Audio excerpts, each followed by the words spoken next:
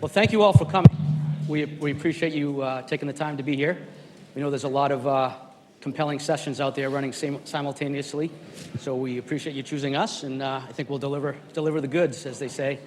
And a special shout out to Next.io for putting on a world-class event so far. It's been a great week, and looking forward to the rest of the week. So, again, thank you for coming. My name's Gary Trask. I am the editor-in-chief of Casino City Press and the GPWA, which is the Gambling Portal Webmasters Association. That's a community of about 25,000 affiliates of all sizes all over the world. I mention that because that's going to be the focal point of our discussion today.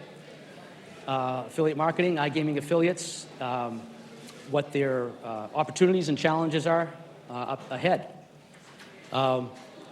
When you get asked to moderate a panel like this, you never know what it's going to be like, but I think I hit the jackpot as moderator because in our call last week to discuss things, these guys were chomping at the bit. I told them to back off because it's like when I go to the driving range before a round of golf, I hit all my good shots at the practice range, so I wanted to save it for the real round. So these guys are well experienced and very knowledgeable, and they're the perfect guys for the job. So let's start. Matt, would you want to introduce you guys?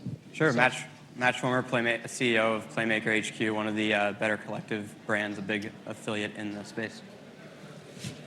Okay, I'm Alberto Simões. I am a director at Clever Advertising. He's an affiliate based in Malta, but we have office in Portugal. I'm Portuguese. We do media buying, influencer marketing. We own and operate our own websites, and we do in-app advertising.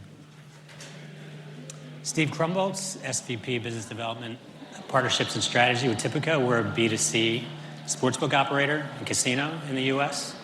I see a lot of familiar faces out here, so it's like a hometown crowd for me, so I think it'll go well. John Bowden, CMO of PlayStar, so we're a New Jersey-based operator, casino only, and most of our traffic in terms of volume and value is driven by affiliates, so good to be here.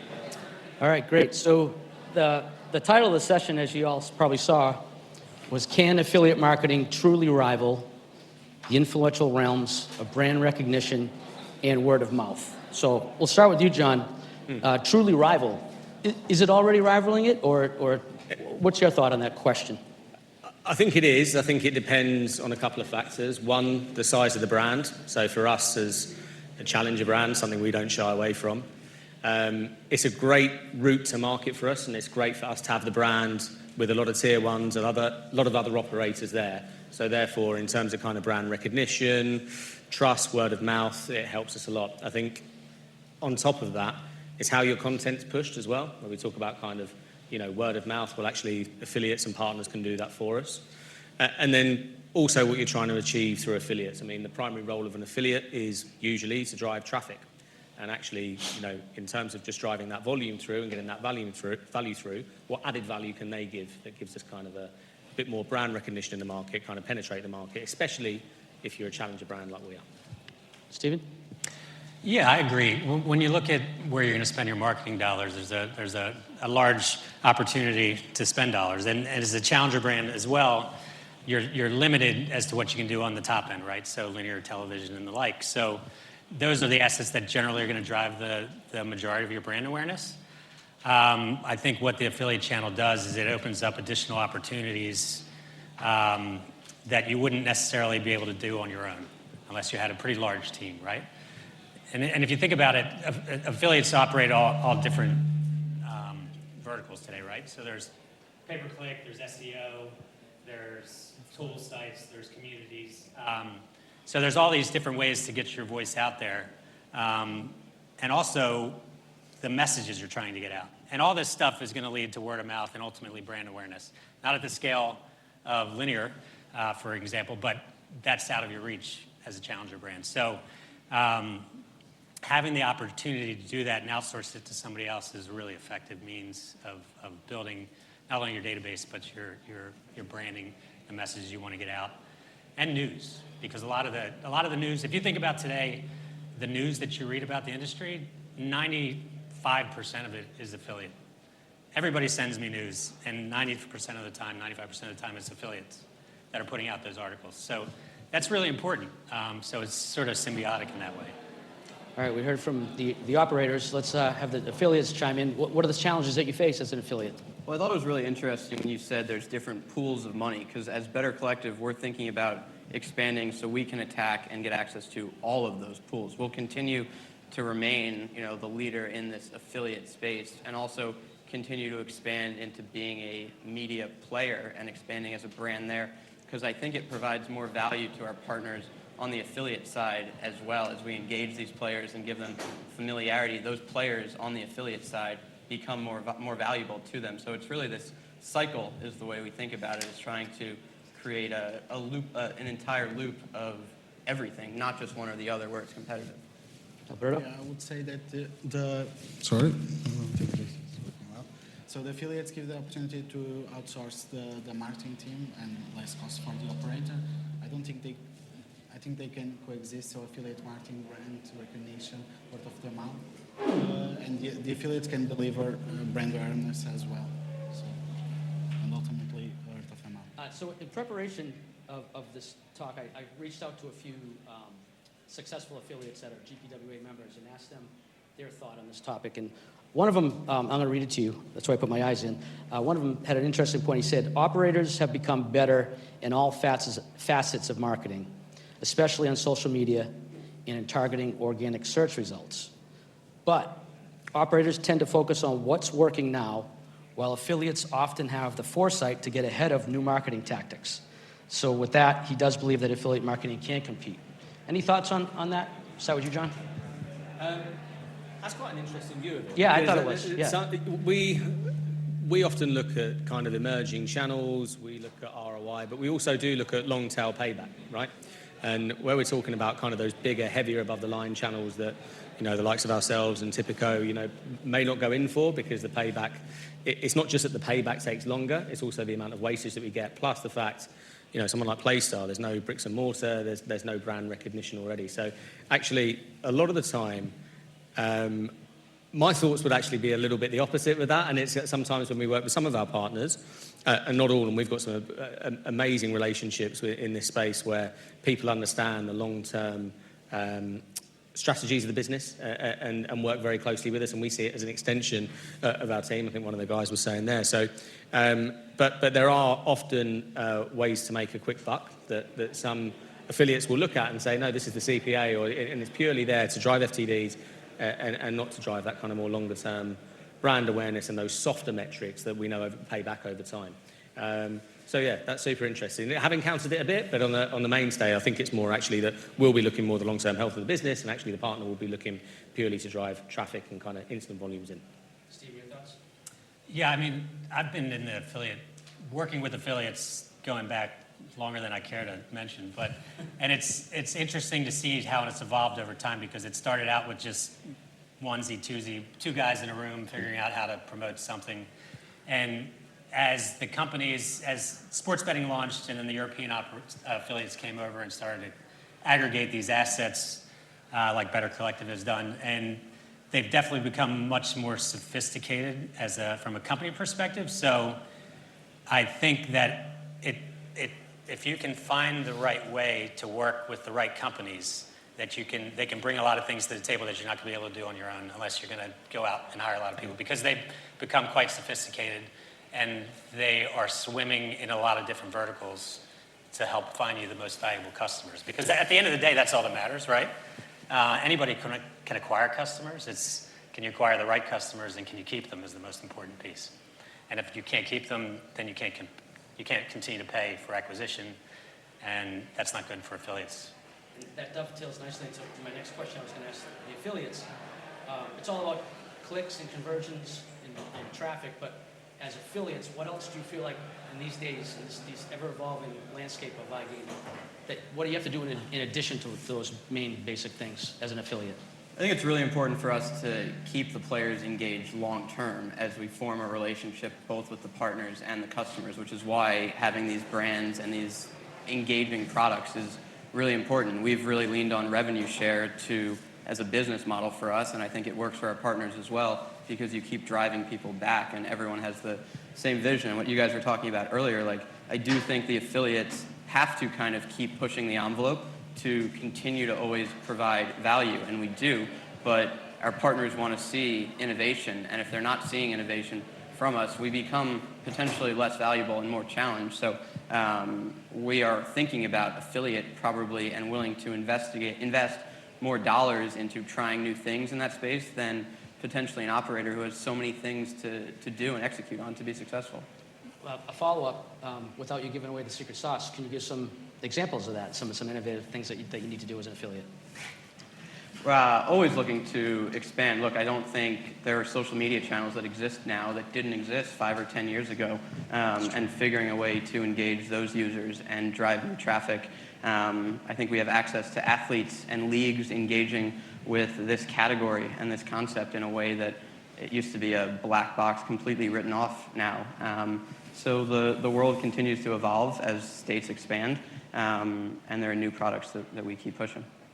Yeah, I would say that for the affiliates, it's important to choose the right operators, because we don't want just to send new players to the operators. We want them to keep and continue to play there. So an operator that is able to retain the players. I would agree with Matt that we have to innovate and create value. So, for example, we try to create new formats, new ways to convert players, look for new channels, how to monetize those channels, things like that. I think all four of you so far have mentioned the word relationships. And the affiliate and affiliate manager and affiliate program relationship is huge. When we do interviews for our GPWA magazine, we always ask the affiliates and the affiliate managers what the keys to a successful relationship is. And it comes down to trust, right? Would you agree with that? What are some of the other things that are important to build that relationship? Because like I said, it's like any other business. It's all about the relationship you have.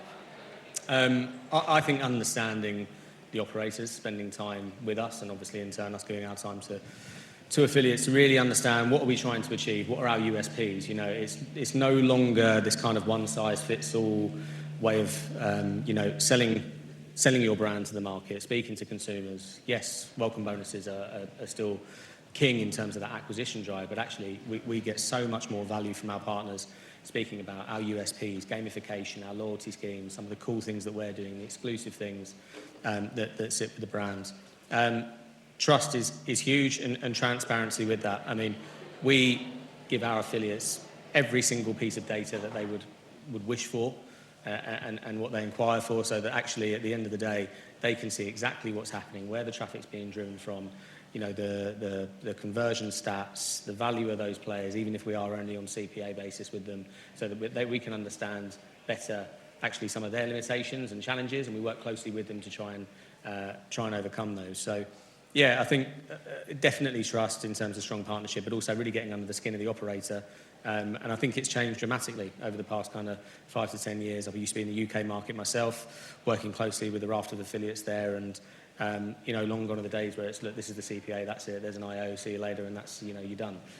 Now it's very much kind of getting under the skin of what the operator's trying to do, what are we trying to achieve as a brand, and every single relationship that's kind of borne out as the best in this space, it's not necessarily the size of the affiliate, it's absolutely how strong that relationship is and how much they want to work with us and make things better. What's the back and forth like between affiliates and operators, Stephen, as far as building that relationship from day one to a point where hopefully it's successful for many years? Yeah, I mean, it really depends on where you are in the life cycle. If you look at the U.S. market, if you're in a heavy acquisition mode, i.e. when a state first opens, like Ohio this year or last year, or a North Carolina coming up, and you're really opening up the spigot on your marketing dollars, you're really going to have, it comes down to, are my dollars better spent here, or are they better spent here? And if they're better spent with the affiliate, then we're going to move more there. If they're better spent with our marketing team, they're going to be spent there. And the closer you're tied and the better the communication with the affiliate, the more likely are you to have a relationship that's going to last over time. Because it's very simple. It just comes down to economics, right? If you can prove to me that you can send me customers that are of value, that are going to continue to play over time, then we have a mutual interest to work together, right? If we don't feel, and especially if you're on a CPA, you have to put a lot of trust in the affiliates that you're spending those dollars with especially early days in the market, because you can spend significant amount of money in a very short period of time, having very little insight into player quality. It's a new market. You have no idea how the players are going to react. You have no idea how your offering is going to react in many cases. So you really have to put a lot of trust in them. And as far as the interaction, it's really pretty close. I mean, it's almost like Matt mentioned, it's like you're outsourcing a part of your team. So it's daily. You have to have the proper reporting in place. That's key. I think especially early on in the days when everybody's running so hard to build out new products, make your product better, you're missing some of the fundamentals. And the fundamentals are the most important, meaning tracking that back to profitability, tracking all the different channels separately, having direct integration or direct to app tracking, apps flyer and the like. And a lot of that stuff may not be there on day one, like 2 years ago. Some of that stuff is there today. So the short answer is, yeah, you work together closely. Matt, I see you nodding down there. You seem like you agree. Total agreement. I think Yeah. there's a lot of work between the parties, and I think it's the same way. At times, operators are always thinking about how many affiliates do they want to work with, like how much they have bandwidth, because it is an intensive process to work with affiliates and communicate both ways to be successful. Yeah, I agree with everybody. Yeah. Let's stay with the affiliates. We talked about trust between the affiliates and the affiliate program. What about trust with your readers? I mean, I would think that affiliates, if you're doing a good job of providing honest reviews of certain platforms out there, then your reader is going to buy into that and trust you more than LeBron James being on a commercial. Would you agree with that? Let's start with you, Alberto. Yeah, I agree. But in the US, it's a regulated market, so it's pretty safe. Yeah. To say. Yeah. No issue. But yeah, your readers have to trust you, of course. Right. You have to be honest. Total agreement. I mean, take Action Network, for example. We're not viewing that as a site where you're going to click and never return to. It's a site that's providing value to the consumer. It's providing value to an operator kind of 24/7 in that entire journey. Even once they've signed up, they continue to find their bets or their information on their games. So people continue to cycle back, and that's how we provide value and build trust with our users. Is content still king? Or is that a cliche? Content's always key. Would you guys agree with that? Yeah, for sure. I mean, if you think about the spectrum of player acquisition in an affiliate channel and tie that back to player quality, the longer, it's very much the same as players on our site. The longer a customer is going to interact with any product, the more valuable they are. So if you have an Action Network, or if you have a Roto Grinders, or if you have a RotoWire, or whatever have you, where someone actually goes there to do something, to be on a forum, to track their bets, to read content, to become a better. They're actually there for that. They're not just there to find the richest promo. Then they're going to send you, over time, 100% better customer, without a doubt. That's always how it works. So that's why it's interesting as the affiliates have evolved to become more holistic and not just an SEO, for instance. Then I think they can offer more stuff, and there's more chance that you're going to have a long-term partnership.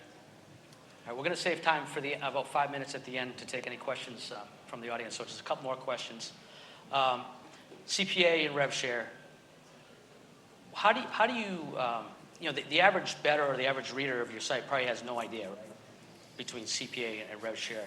Do you think that's an issue as far as RG is concerned? I don't think necessarily the customer needs to know the relationship, that as long as they know there is a relationship Right. with the operator and the site you're reading. I think what the customer needs to understand is that there's not like a guaranteed winning or something. I think when states launched a few years ago, there were at times these advertisements that guaranteed and promised certain winnings, and we've done a much better job as an industry kind of pulling back and pushing more responsible. So I think as long as we are transparent and communicate with our readers, just like with our partners, I think that's key. Would you guys Yeah. agree with that? Yeah, and then they put the onus on us, right? So in Ohio, there's Right. no licensing for affiliates, but if an affiliate acts out, they're going to come back to us, and they're going to fine us.